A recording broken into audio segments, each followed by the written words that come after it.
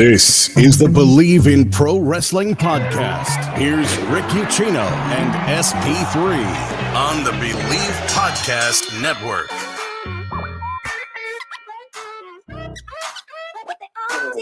Oh, SP3, it is WrestleMania season, which means it's time to hit AJ Styles in the junk.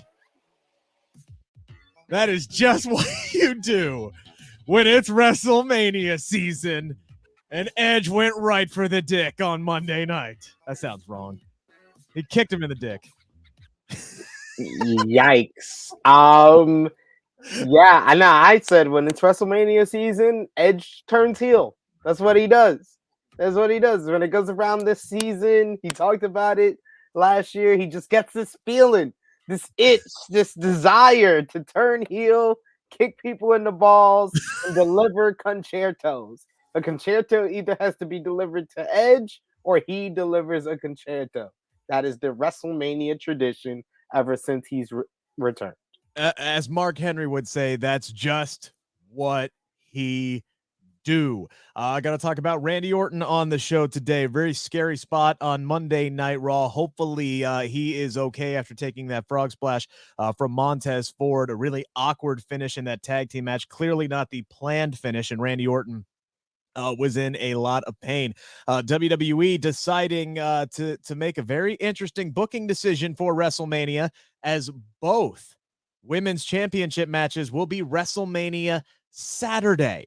I believe that creates a very rare opportunity that I don't for 1 second believe that the company will actually cash in on. But I want to talk about it anyway because it makes for a fun conversation. We do have a new United States champion. We do have Damian Priest going full heel, which my man SP3 called literally yesterday. Well, technically yesterday. We record different days. I can't keep them all straight. But on yesterday's show, Monday's show, he called this to a T, and it happened. We got another nice little Easter egg from Kevin Owens about Stone Cold Steve Austin. It looks more and more likely like that match is going to happen. And some very interesting news about Ricochet as well. We have so much to get into, but first we got some house cleaning items here. Football season may be over, folks, but basketball, it is full steam ahead for both pro and college hoops. March Madness right around the corner. Fortunately, Bearcats won't be there, but still, you can have some fun. The latest odds, totals, player performance props from where the next fired coach is going to land. Bet Online, your number one spot for all your sports betting needs. Head on over to the website, use your mobile devices to sign up today and receive your 50% welcome bonus on your first deposit. Just use our promo code Bleav to get started. That is BLEAV. And it's not just basketball. Bet Online, your number one source for hockey, boxing, UFC odds. It's the best in the business. Sports, right down to your favorite Vegas casino games. Bet Online, your number one online wagering destination. The fastest and easiest way to wager on all your favorite sports and play your favorite games. Bet Online, where the game starts. We do appreciate you guys making us a part of your Tuesday, whatever day part you're listening to us, morning, noon, night. We thank you so much. Do us a favor while you're listening, though. Make sure to pound that like button. Hit that subscribe button. By the way, time's running out. You still got time to register. Go to my Twitter page, @RickUcchino. Check the pinned tweet. Follow the instructions. Get registered to win $50 to shop AEW. If there's a miracle, you might win $100 between now and March 6th. All right? Just follow the instructions. But first things first, I'll give you the first one off the bat. You got to subscribe to the Bleav in Pro Wrestling Podcast YouTube channel. So just do it. Got a lot of really good stuff coming up. WrestleMania weekend. I'm going to be in Dallas getting all sorts of stuff for you guys there. And tomorrow, 3 p.m., mark it down, Eastern Standard Time, my interview with Jimmy Wang Yang will drop right here on the Bleav in Pro Wrestling YouTube channel. Really, really good one as he breaks down why he was not retained by WWE with his latest producer stint that lasted about 6 or 7 weeks. We talked about the Seth Rollins fan incident. Jimmy was backstage when all that chaos broke down.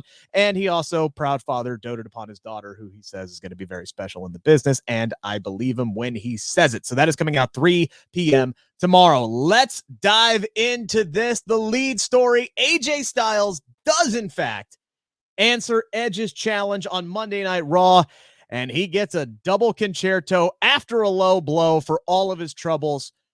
I liked a lot about this. Edge, look, he looked at AJ Styles and said, oh yeah, okay, but which AJ Styles am I getting? Am I getting the AJ Styles that has been second fiddle and punking out to Omos, or am I getting world champion from 2016 AJ Styles? He said he wanted the Bulldog back, and then he kicked the Bulldog in the testicles and hit him in the head twice with a steel chair. I don't necessarily understand the double con-chair-to, because why would you risk taking out an opponent you begged for? But I get Edge goes haywire. This is just what he does. Like we said at the top of the show, this is what he does come WrestleMania season. He just goes nuts. Lot to like here. Yeah, it's kind of a reversal of what they did in the build up to Randy Orton and Edge, where Randy Orton delivered the con-chair-to, which set in motion the road to WrestleMania in their feud. Although Randy Orton did that in January before WrestleMania, Edge is doing it about 5 weeks before. You got to understand, this is WWE. AJ Styles is going to be back at least 2 weeks before the pay-per-view. They've already made the match official. It will be Edge to kind of carry for the next couple of weeks with his promo work. So this worked. This worked in immediately putting some heat on this feud, because WWE, what they don't do well, and I've said it once, I'll say it again, they don't do babyface versus babyface very well. And the only question there was with AJ Styles accepting Edge's challenge was, this is a babyface versus babyface match. What the hell is WWE gonna do? And what do they always do? They turn someone heel. And they made the right choice here. AJ Styles had just turned babyface after his partnership with Almost dissolved. Edge plays a fantastic heel, and he can kind of go heel whenever you need him to. And then the next feud, he could be a babyface again. Like he's Big Show. Yeah, like Edge is the new Big Show, but he's a better Big Show. No, nothing like Big Show. He's like Randy Orton. Randy Orton is the prototype for that. Randy Orton plays whatever role they want him to play. He could play one of the most over baby faces like he is right now, or he could be the dastardly heel and the top heel of the company like he was in 2020. So this is Edge now. Edge is kind of playing that role, and they played similar roles back like 15 years ago, and now they're playing that similar role now in 2022. Yeah, look, this is technically Edge is going to play the heel here, but again, this is just what Edge does. When he decides to go to that dark place, like, he can't control himself. And that's what we saw with the double con-chair-to, right? He tried to restrain himself at the end of Raw, and then he just couldn't do it. He hit him once, he hit him twice. Be damned if AJ Styles shows up at WrestleMania. Again, the match that he begged for. But again, this match is going down. AJ Styles will miraculously be healed before WrestleMania 38. He'll come down there. These guys are going to put on a banger match. I have no doubt. I mean, you look at what Edge is still doing at his age at a high level, the way he's performing. We know AJ Styles can still perform at a high level. We just haven't seen it a whole lot in the last year, because he hasn't been doing a whole lot the last year except losing to Protect Omos, which we'll get to. I'm excited for this. And I'm excited because it looks like, at least from this night one, that the point of this, besides giving the fans a dream match, is to reheat AJ Styles, which is what I've said would be a very easy thing to do. You need challengers, whether it's Brock Lesnar or Roman Reigns, who's leaving with all the gold, and apparently that's a topic of dispute now, leaving with all the gold at WrestleMania. You need credible, new, fresh challengers, and AJ Styles is a prime candidate. I'm fully expecting him to win at WrestleMania, but it's going to be a great match. This is what we said last week after last week's Raw, when it was a question of who would answer this challenge. We said AJ Styles needed this the most, and AJ Styles needed this the most because he needs this type of big victory to place himself back in the main event scene. Yeah, and he signed that big money deal. He's getting millions upon millions of dollars. There's no reason why you can't use him in the main event scene.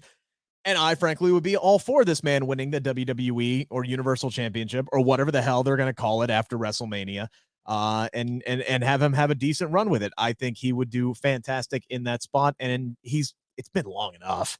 It's been what? He hasn't had the championship since 2018, 2017. Has it been that long? 2018.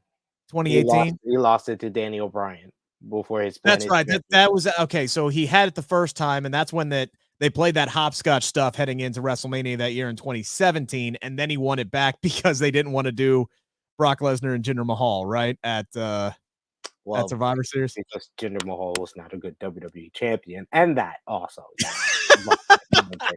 Jinder Mahal. Where are you putting this one on the excitement level as far as you look at the card, the matches are concerned? Is this one right at the top for you, Edge and AJ Styles? As far as what I think the quality of the match is going to be, yeah, this was probably the match I think is going to be the best out of the ones that are already announced. I agree. I think this one has Edge, Seth Rollins potential, and maybe even better than what we got out of Edge and Seth Rollins. And that's saying a lot. And Edge is going to tell a really good story in the ring. I'm looking forward to this one. Going to be happy to get to see Edge perform again live, which I've only seen once in my lifetime, which was at last year's twice. I went to SummerSlam. It's old hat now. Anyway, so a lot of things went down on Monday Night Raw last night, including a scary spot with Randy Orton. This one was just really, really awkward. It was kind of hard to tell exactly what happened. Montez Ford, it was a tag team match. RK Bro against the Street Profits. Montez Ford goes up for his classic frog splash. He hits it, same as he always does. Pretty much center mass or lower legs is where he hits. He hits a little high, but not anything, different. Randy Orton puts the arms out like he's supposed to. But all of a sudden, Orton looked like he was in pain. He rolls over to the side. There was this awkward exchange with his foot on the rope, foot not on the rope. Angelo Dawkins pushing it off, and Orton couldn't kick out. And it looked pretty clear that that was not supposed to be the finish. You go back and you rewind, and you could see Orton kind of like at the last second, just kind of like turn his shoulder inward, his right shoulder inward as Montez Ford was coming down. Nobody's fault here, from what I can tell. Ford lands right on that shoulder. It has been a problem, a lingering injury history for Randy Orton as far as his shoulders are concerned, with dislocations and things like that. You just got to hope and pray that this isn't as bad as it appears, because you never want to get hurt, but especially a guy like Randy Orton, and knowing that they have big plans, whatever they are for him and Matt Riddle heading into WrestleMania, this is just a crap situation all around. And you really got to hope that Randy Orton is good for his health first and foremost, but also this could be a major monkey wrench heading into WrestleMania.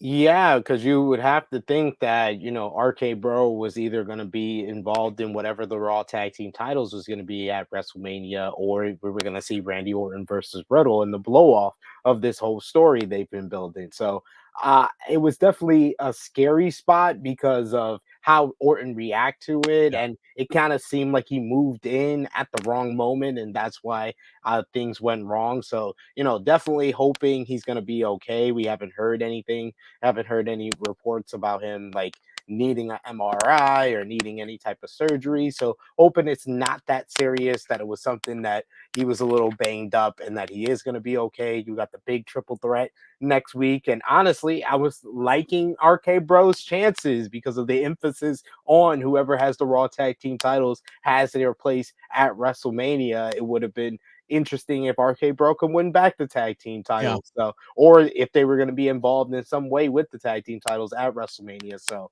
hopefully Orton's going to be okay. Yeah, and they had Alpha Academy lose last night to Kevin Owens and Seth Rollins, but I don't anticipate Kevin Owens and Seth Rollins winning the tag team championships next week.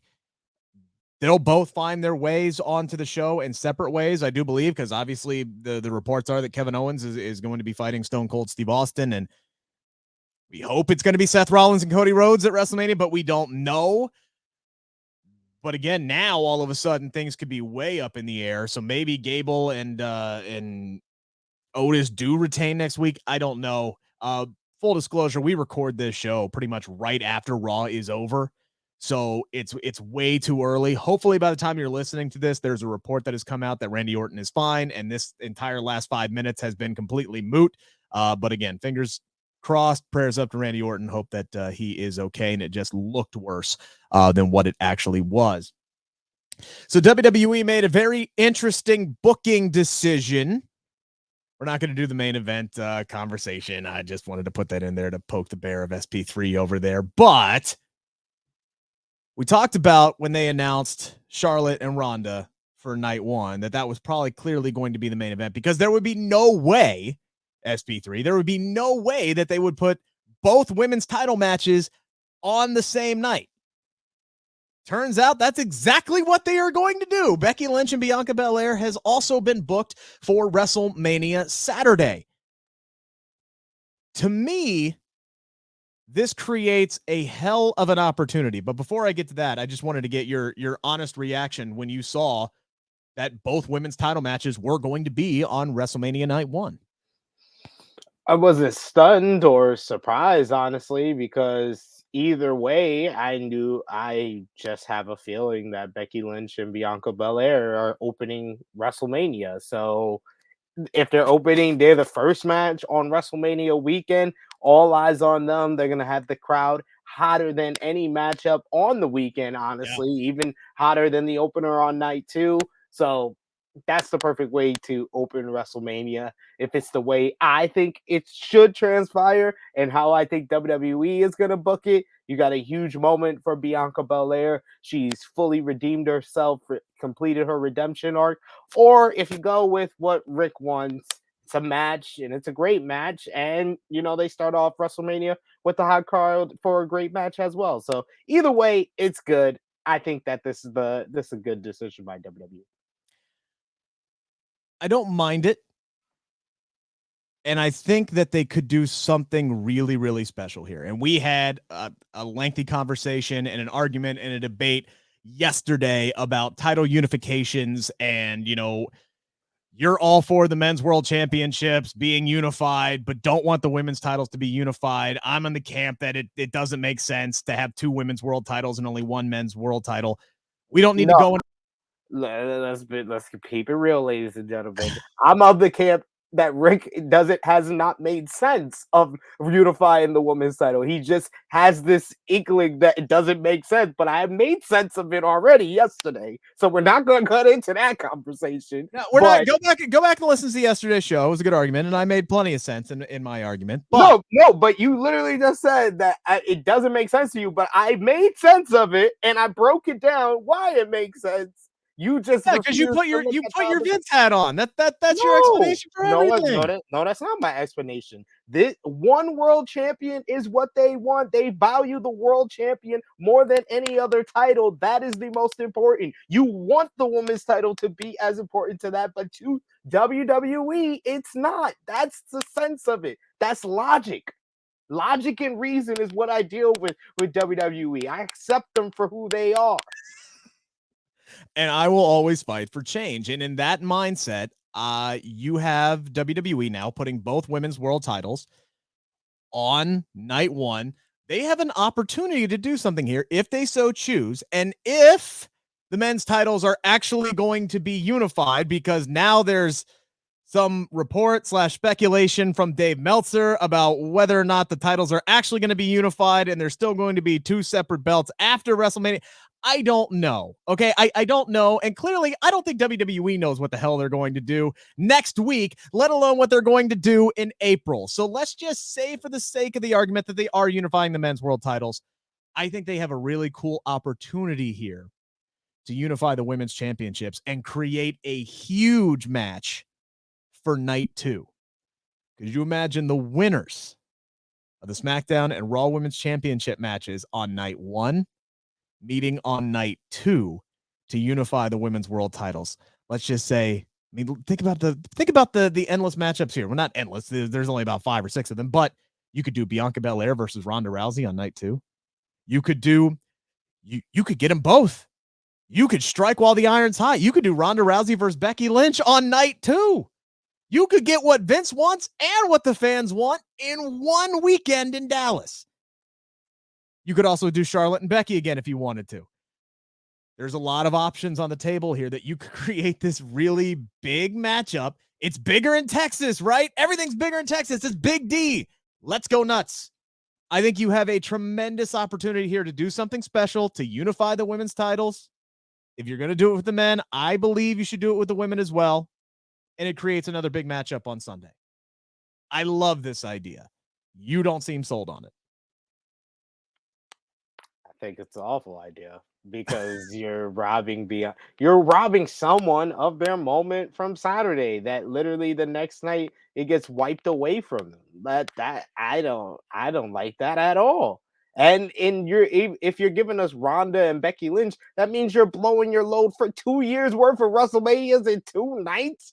That's ridiculous. Like I get that you like to look at things as a fan perspective, but my Vince hat, honestly, ladies and gentlemen, it's not even a Vince hat anymore. I just try to think what makes sense business-wise for what this company wants to do. And that just doesn't make sense to me.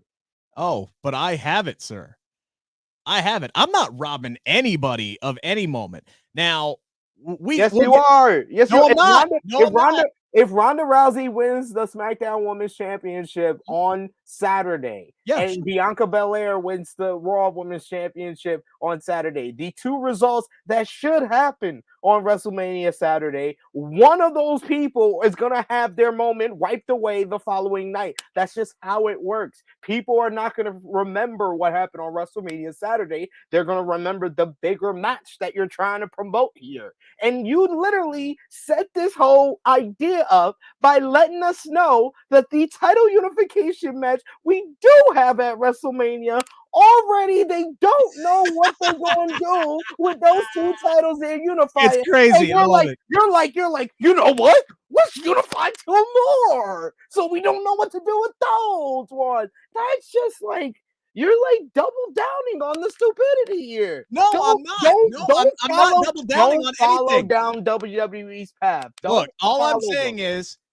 if the plans are, and now granted, look, all I can do is analyze and look at the information that is given to me presently. I have WWE flat out telling me, unless they don't know what the definition of the word unification is, they are flat out telling me that both of these world championships are going to be unified at WrestleMania 38. I don't give a damn what Dave Meltzer says. I'm going by what WWE is showing me on television. So unless some intern doesn't know what unified means, those titles are being joined into one. That is the definition of a unification. So I'm looking at this and I'm going, okay, you're unifying the men's. I'm looking at the best way, again, my opinion here, to unify the women's, because that's what makes sense to me. Hell, and even Seth and KO talked about unifying the tag team titles tonight. So obviously there's something in the air going on here. It's just them talking their heels. That's what they do. What you're saying doesn't make any sense. I have the perfect booking idea that I think you are going to absolutely love. And then you're going, after I lay it out for you, you're going to say, all right. So you're literally right. This is going to make sense from a business standpoint. No, it doesn't. Because literally what you're saying to me is that WWE is building this WWE Championship versus Universal Championship match as the biggest WrestleMania match of all time. Sure. And you want them to put on a women's SmackDown Women's Champion versus Raw Women's Championship matchup on the same night. That will be the second biggest. So you're literally downgrading them. You're literally putting them. Downgrading them. No, you are. You are. You don't realize you are, but that's what you're doing because they're not the biggest WrestleMania match of all time. Even though this is unifying the two women's titles that you want to be on the same level of the two world championships, it's always going to be the second biggest WrestleMania match of all time because they are billing one match as the biggest. So regardless, it's the second, it's the third, it's the fourth, it's being downgraded. It should not even, if you want a unification match, it should not be on the same night as the biggest WrestleMania match of all time. I'm just talking about logic and speaking wise, promoting wise. You don't do that if your idea of this from the beginning, what you've been telling us on Bleav in Pro Wrestling Podcast for a couple of episodes now is to you got to unify it because it doesn't make sense. You unify the men, you got to unify the women. You are automatically downgrading them by putting them on the same night as something that they are promoting as this biggest match ever.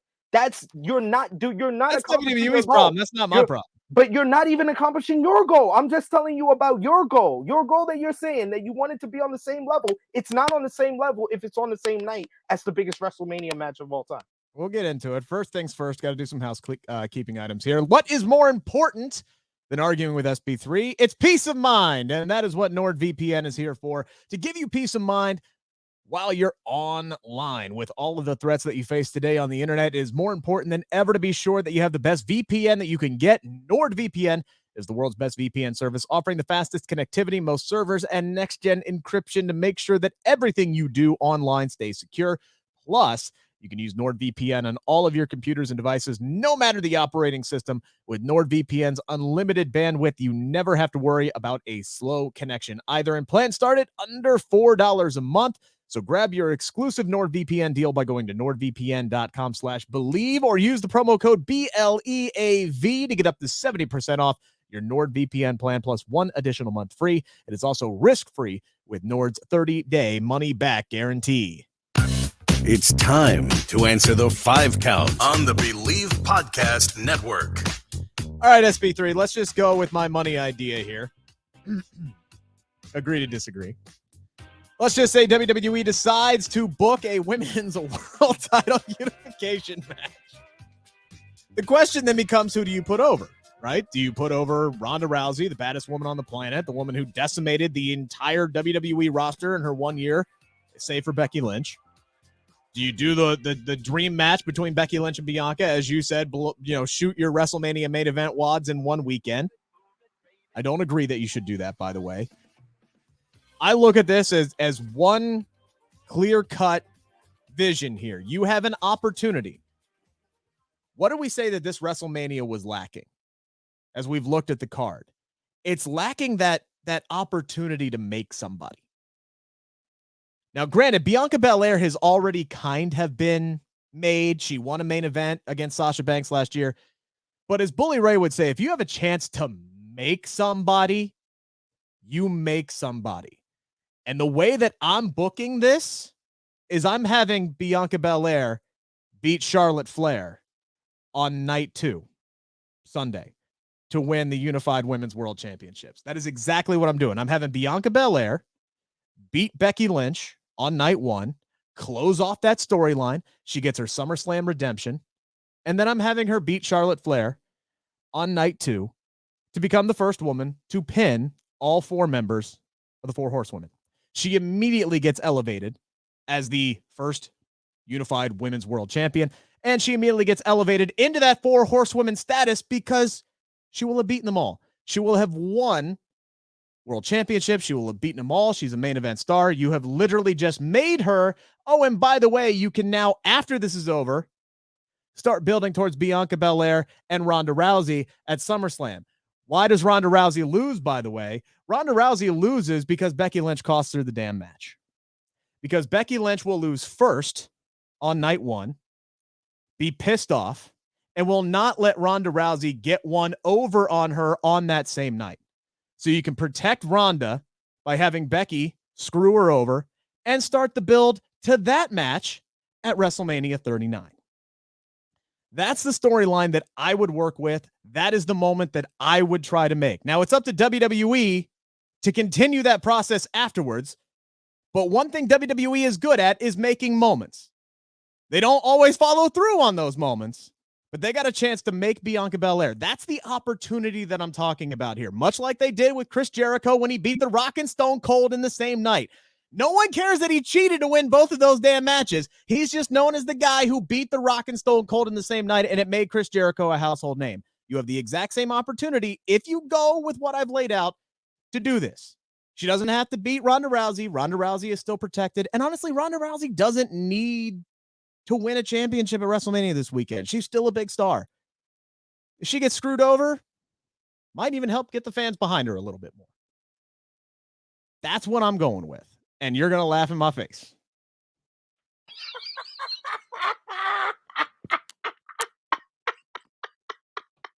I'm like, it's honestly, it's amazing to me. I have to really hand it to you because we've been doing this show for about almost 3 months now. And Too, I but was yeah. almost 3 months now. Tomorrow's March. And I would say that was the most you've ever been wrong in one diatribe of telling me an idea. First of all, you quoted Bully Ray to start off that whole rant. And anytime you have to quote Bully Ray, you're already wrong and you already lost. You already took your L because That's like the one you thing would that be he's ever said that holds any value. no, it doesn't. Nothing Bully Ray says holds value, sir.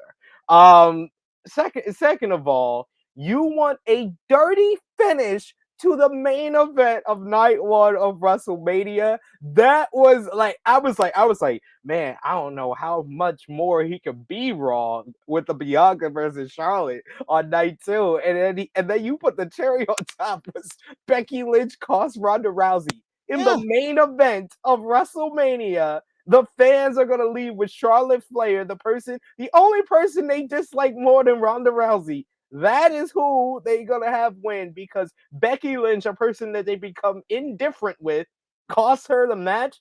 Like literally, like we don't know how the fans are gonna react to Ronda and Charlotte. I 100% know that Becky Lynch interfering to cost Ronda Rousey the main event of WrestleMania will get booed out the freaking building. And Wow, it's almost like Becky is supposed to get booed. Just that result. It's the booking. That booking is going to get booed. I'm not talking about Becky Lynch. I'm not talking about Charlotte Flair. I'm not talking about Ronda Rousey getting booed. I said I don't know how the fans in Dallas are going to react to Ronda versus Charlotte. I know how they're going to react to Becky Lynch interfering, a dusty finish, a dirty finish to the main event of WrestleMania. I don't even think that this company is that dumb. I don't think this company is that dumb. Now, if we're living in this hypothetical world, the WWE says, oh, we're going to book a women's world title match because Rick and a couple of fans want us to do that. It's going to be Ronda versus Bianca.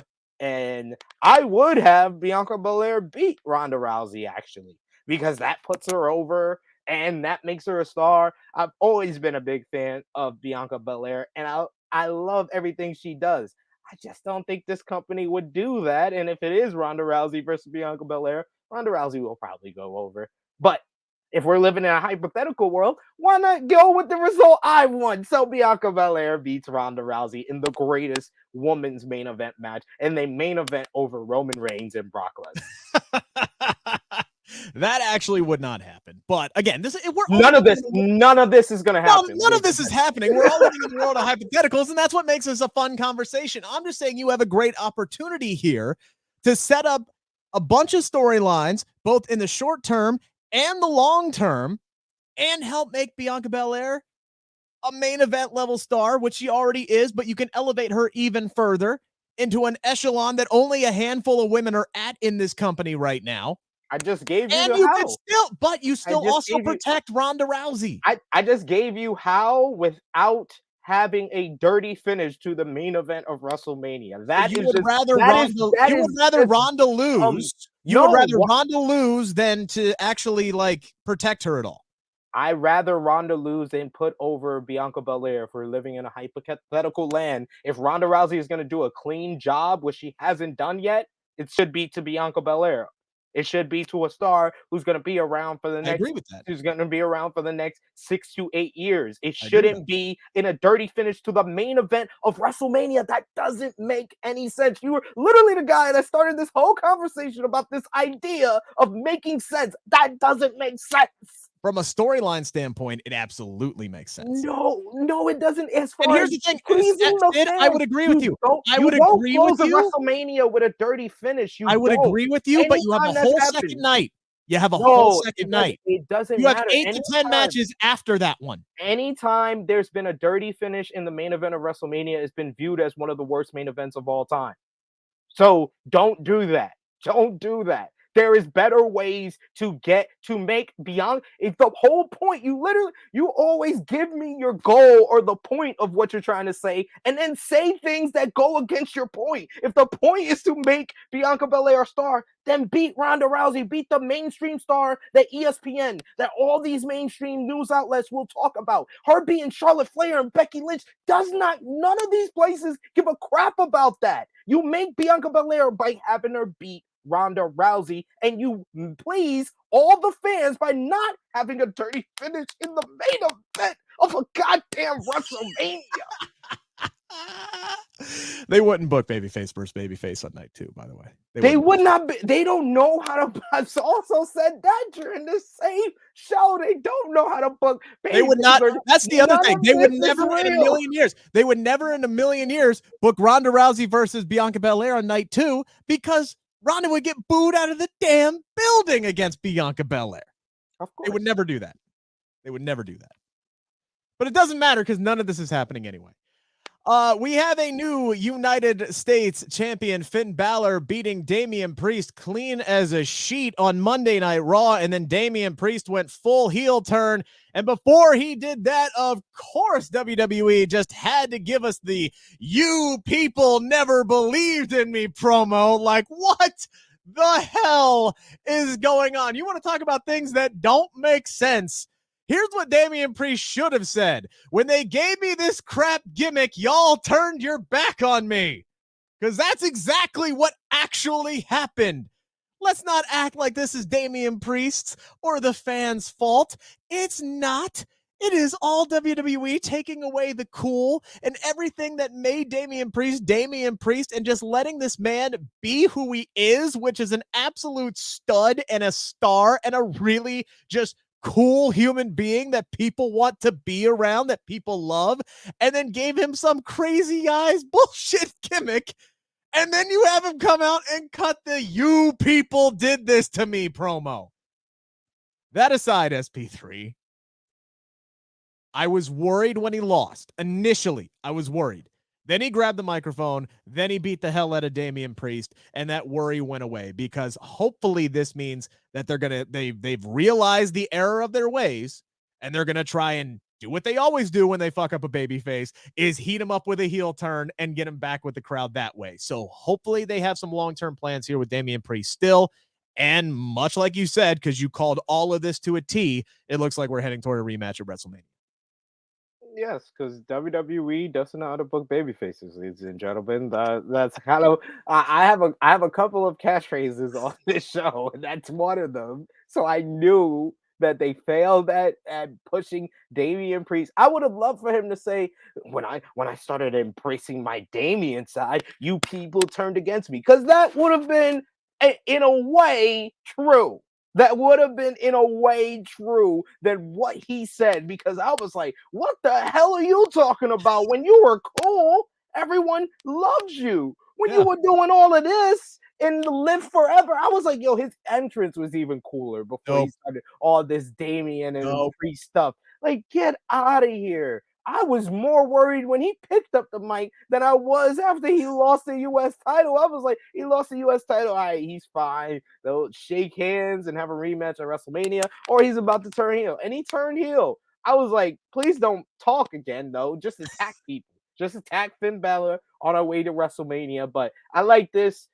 They had a good preview for what can potentially be at WrestleMania. You have 2 nights. You can give these guys like 12, 13 minutes. Let them have a nice little, fun little match on the mid card. So I'm happy with this change, and I'm happy with Priest going in. Here's the thing. It would have made sense for Priest to just lose his shit at the end of the match and beat up Finn Balor, right? Like, isn't that what you have been telling us for the last several months, is that this guy just loses his temper and can't control his actions? Here's the hoop. Here's the ball. You had it right there. You set up this story for months, and you decide to clang it off the back iron and give us a "You people" promo? What are we doing? What are we doing? But the end result here is that Damian Priest is a heel. Finn Balor gets a big win. He gets another championship, which was great because they were literally doing nothing with him after his Universal Championship. So this is kind of like a consolation for him. He's going to head into WrestleMania as a champion. I don't know if he'll retain it, but it's nice that they're doing something with him. He's going to have a semi-marquee match at WrestleMania. He's going to be a champion going in there. And yeah, he and Priest, and if they decide to add somebody else into that match like a Tommaso Ciampa, I don't think that's actually going to happen. I just wanted to bring up Tommaso Ciampa because they changed his damn music.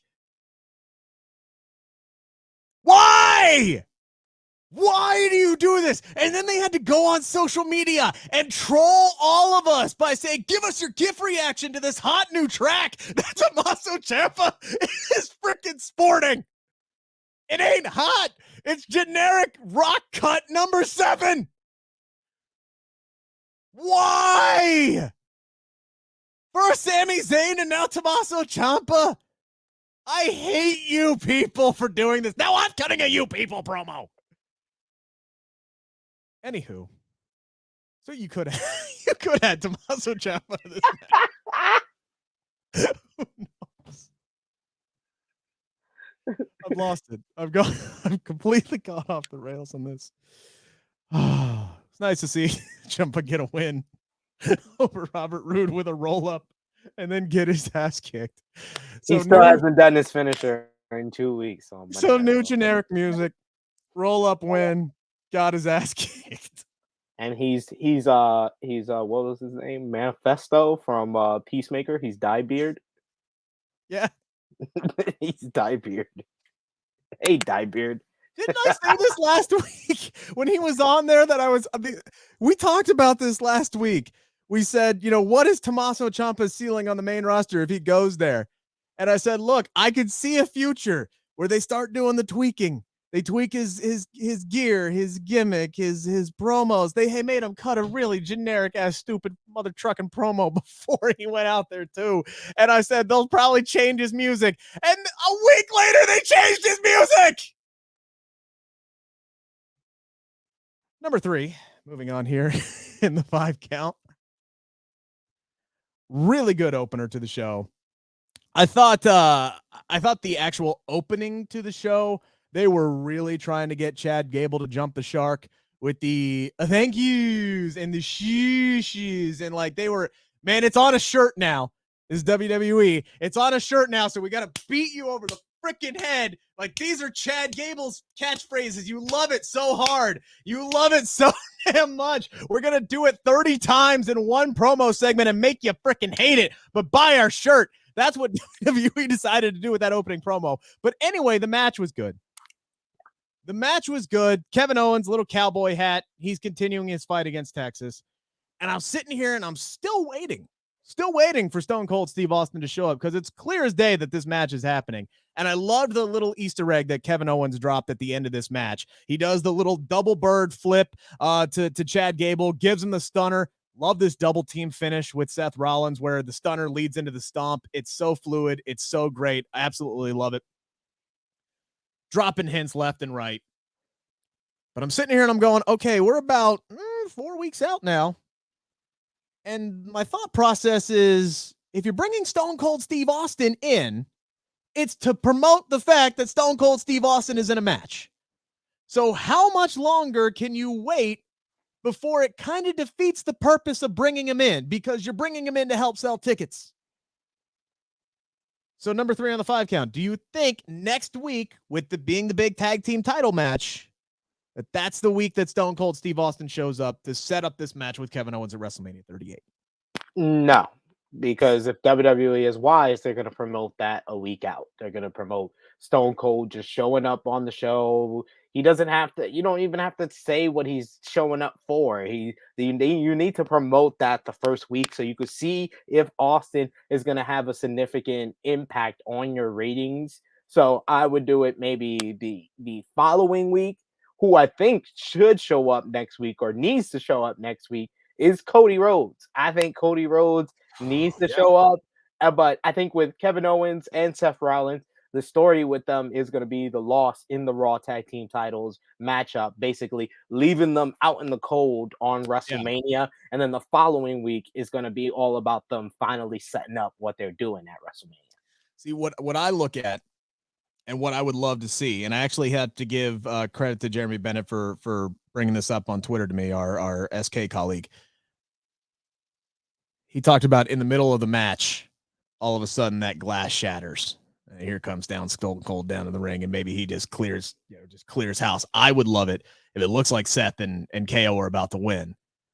The glass shatters, the crowd goes nuts. Maybe the referee's down. You've seen this before. You watched the Attitude Era in the 90s. It's almost like the Mick Foley match all over again. Here comes Stone Cold. Crowd loses their damn mind. Biggest pop of the night. He just starts flipping birds and flipping stunners. He throws Chad Gable on top. Gable gets the 1-2-3 over Kevin Owens, and that's it. That's how they lose. And you could still do that downward spiral thing, but with Seth Rollins. Right? With Seth Rollins, what's his avenue to get to WrestleMania? You can still do that storyline with him leading up into it, because Stone Cold's the guy who's going to help you sell tickets more than Cody Rhodes, in my opinion. But that doesn't make any sense. Why is Stone Cold interfering in the matchup? Why is Stone Cold attacking Kevin Owens? Yes, he's talked trash about Texas, but he hasn't done anything to Stone Cold. Stone Cold is not the defender of Texas who has a history of anytime someone says anything bad about Texas, he attacks them. You haven't gave them a why. That's why I'm saying you need to set up, you need to promote it a week out that Stone Cold's going to be on the show, and then Kevin Owens has a catalyst, has a physical embodiment of Texas to direct all his bile on Texas too. So you need the promo segment to set up the match so Austin has a reason to do anything to Kevin Owens. You haven't gave him a reason yet. That just seems like you people, you and Jeremy want to just turn on the WWE Network and watch Mankind versus The Rock from January 4th, 1999, and see Stone Cold come out, hit Rock with the chair. Just watch that. We don't need it to be done in 2022, especially if it's for no reason. There's no reason for Austin to do that. Look, I'm not sitting here and saying that the build up to this match is anything that's special. Like, I don't know why Kevin Owens is just going on this diatribe about the state of Texas anyway. I'm not saying that the build up to this has been anything spectacular. It's been funny. It doesn't make a whole lot of sense, but I'm not criticizing the build up. I'm just saying that idea doesn't make sense because they haven't given Austin a reason to attack Owens yet. I'm saying you need the setup to give Austin. Then announce him for the show next week. Get him there. I understand it's the best of both worlds, right? He can still show up. He'll still pop a rating, and you can announce the match ahead of time. Just go ahead and announce that he's going to be on Raw for some reason. Put it on the bump. He'll be in where is it next week? I looked it up and I already forgot. I think it's in Cleveland maybe next week. Just announce him for the show on the bump on Wednesday. He can show up and it's the best of both worlds. KO can flip him the bird backstage, and then Austin can interfere in the match at the end. That just seems mad random, and just like you just made that up in your head, and this is why we get crap on Monday Night Raw a lot of times, because that's probably how creative figures out their ideas. Look, I'm just saying they need to. I wouldn't wait until a week out because I'm not waiting until a week out. I'm saying next week you announce Austin is going to be on the week following, so you pop a big rating, and then you give us a segment where Austin has a reason to fight Kevin Owens, to attack him. You don't just randomly, let's pop the nostalgia fans and have Austin just run out and give a stunner to everybody. It'll be so cool. All the Attitude Era fans will be like, oh man, it's Austin doing it again. Oh yeah. No.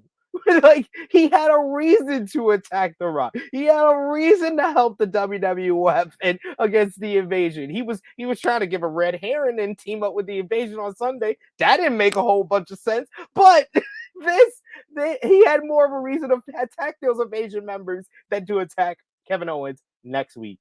I say that next week, it's not necessary for Austin to come back. You still have 4 episodes of Raw. You'll have 3 more after next week. But for sure, the week following, you have to get Austin on the show.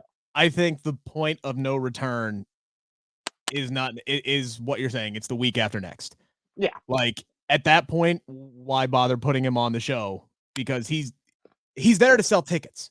And you are struggling to sell tickets right now. I believe I saw Wrestling Inc. say that both nights are right now currently over 45,000. Let's just say they seat 70%. because of production and stage and whatnot.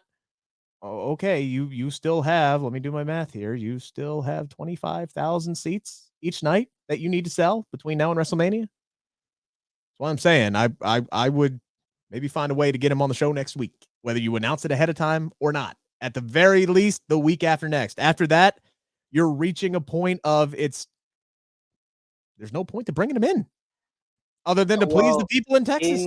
in wrestling, as of late, you don't sell the pay-per-view until the last 2 weeks. Like, we've seen that with AEW, and we've seen that of late with WWE, with a lot of the stuff that they do, and, brought up one of them with AJ Styles and Brock Lesnar. They did that, like, a week and a half before the match happened. This is what they do. They know that they don't sell their pay-per-view 3, 4, 5 weeks ahead of time. They sell it in those last 2 weeks. So that's what I'm saying. The 3 weeks out, yeah, you could even say the announcement that Austin is going to be on the second to last Raw before WrestleMania for that week. We just need some type of announcement that Austin is coming by the week after next. You know what? Announce him as the damn host of WrestleMania. Like, have that be the herring. Announce that the Texas Rattlesnake is going to be hosting WrestleMania 38 in Texas. That doesn't sell tickets like an Austin match. That's why I said No. You're misunderstanding.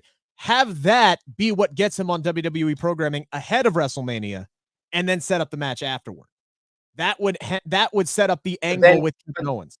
But that doesn't. He's got to have a reason to be on Raw or SmackDown or whatever. No, he doesn't. No, he doesn't. You just next week be like, well, guys, we have breaking news. Stone Cold Steve Austin, the Texas Rattlesnake, will be here next week on Monday Night Raw. He's visiting us. The legend is going to be here on the road to WrestleMania. We don't know what he's going to say, but he will be here next week. Tune in. Yeah.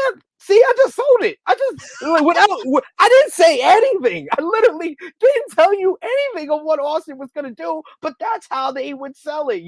That's how they would sell. They don't need to announce him as the WrestleMania host, because by saying he's going to be the WrestleMania host and then doing a match instead, that means you just bait and switch us. That's, once again, I wouldn't advise on dirty finishes in the main event of WrestleMania or bait and switching hosts just because you don't want to do the hard sell like I just did, and I came up with that just in like 10 seconds.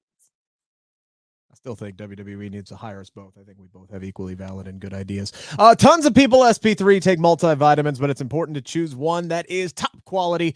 With one delicious scoop of Athletic Greens, you're absorbing 75 high-quality vitamins, minerals, superfoods, probiotics, and adaptogens to start your day off right. Their special blend of ingredients supports gut health, your nervous system, your immune system, energy, recovery, focus, and aging. It's also lifestyle-friendly and fits a wide range of diets. There's only 1 gram of sugar, no chemicals or artificial anything. Reclaim your health and arm your immune system with convenient daily nutrition. It is just 1 scoop in a cup of water every day. That's it. 1 scoop, cup of water, down it, you're good to go. To make it even easier, Athletic Greens is going to give you a free 1-year supply of immune-supporting vitamin D and 5 free travel packs with your first purchase. All you have to do is visit athleticgreens.com/Bleav. That is BLEAV. Again, athleticgreens.com/Bleav. These statements have not been evaluated by the Food and Drug Administration. These products are not intended to diagnose, treat, cure, or prevent any disease. Athletic Greens take ownership of your health. Number 4, there was a report that came out by Pro Wrestling Insider. I'm forgetting my sources, but PWI. That says, believe it or not, when you look at the landscape of SmackDown, their top babyface is Drew McIntyre, who will be probably fighting Happy Corbin at WrestleMania, because that's a WrestleMania caliber match. Yeah, apparently. And their number 2 singles babyface right now, because they consider the New Day and Shinsuke Nakamura in tag teams, is Ricochet. And that is why Ricochet is getting this Intercontinental Championship match on Friday, is that it seems like Vince McMahon is finally ready to push Ricochet again. Now, this is a guy who was pushed pretty decently upon his call up and then was pretty much immediately dropped and has been struggling to get any kind of regular footing ever since. So I will ask you, SP3, We know he's not exactly a 5-tool player, and I say that with all the respect in the world because inside the ring, this man is phenomenal. Do you believe that he has all the tools necessary to succeed as one of SmackDown's top baby faces? Yes, and that's based on basically what else does SmackDown have outside of Drew McIntyre and Ricochet? Like Ricochet is the only one that has potential, and they haven't really beaten all the potential out of him just yet. He hasn't been on the main roster for that long for them to have beaten him to the point that fans will never view him as a top guy or in the main event scene at all. He's kind of one of those underrated guy. He's filling in that hole for Cesaro and that Yeah. guy that you could put into the main event, but you don't necessarily see him winning the top prize. But he can play that role, or you could put him in different roles. He's a great worker in the ring. He's actually not that bad of a talker. I feel like he's actually underrated as a talker. He's a lot better than what he was years ago when he couldn't talk and he had to stay behind a mask and Conan had to talk for him for Lucha Underground. It's totally different now. He can actually talk for himself. He's one of the best high flyers of the past decade, and this is a once in a lifetime type of talent that they haven't really been utilizing. So they've been keeping him off, and now they've recently brought him on TV. He has back-to-back victories over Sheamus and Ridge Holland. He's got a shot at the Intercontinental Championship. This is an opportunity to make someone in that spot and keep them there. Hopefully, WWE follows through though. Yeah. All I will say is whatever they have done with Ricochet as far as his promo work in the past, they need to do the exact opposite here. I understand that I agree with you. He's really only getting this opportunity, I believe anyway, due to lack of options over on SmackDown. But it is still a huge opportunity, and I do believe that he is a talent that could succeed if they just let this man be himself. I think if he is comfortable with whatever message that he's trying to get out, whatever verbiage he's trying to use, I don't think he's one of these guys that I don't think he does well with what WWE gives him, or vice versa. Whatever it is, if they're writing for him and he's screwing it up, let him ad lib. Let him be himself. If he's been trying to be himself and it's not coming off great, write for him. Whatever it was that you guys were doing in the past when he was feuding with AJ Styles for the United States Championship, and I'm not saying he was awful then, but it wasn't exactly compelling, great stuff then. Do the opposite. Give him every tool he needs to succeed. And if he's more comfortable just being himself, let him be himself. Try to get over with the audience that way, and then just go out and do really cool shit in the ring and put on these great matches, and the crowd will fall in love with this guy just like they did with him in NXT. I think he's got all the tools to be there. Is he the best guy on the mic? No. Will he get better? Yeah. He just needs reps. He just needs reps and storylines. I'm really happy that he's getting this opportunity, and I do believe that he will succeed this time around as long as WWE doesn't screw it up. And last but not least, real quick here before we wrap up, because we're already 58 minutes into this half-hour podcast. Man, we finally saw T-Bar last night for all of about 8 seconds. I mean, there is doing a job, and then there is selling a shoulder tackle into the barricade like it killed you, kind of doing the job. They sold Omos as this big 7'3" monster that squashed a 6'9", 237-pound guy. Like, they put Dijakovic out there. Yes, his name is Dominic Dijakovic. They put him out there to basically be the bug on a windshield that is Omos, for the sake of building up Omos and putting him over, and even though he hasn't been on the show in like 3 weeks. What's the end game here? What are we building Omos toward? Do we think that he's going to be challenging Roman Reigns or Brock Lesnar for the Universal or WWE or whatever the hell championship they're going to call it by the end of the year or even next year? Do we think that this guy is going to be ready for that? Omos will be the man who will be a United States champion. He will hold singles gold by the end of 2022. I don't know if it's a WWE championship quite yet, but he will hold singles gold. And they're building him as the new monster giant of their company. They've had the Big Show. They've had The Undertaker. They've had Kane. They had Braun Strowman. He's gone now, so they gotta have someone to fill that void, and that someone is Omos.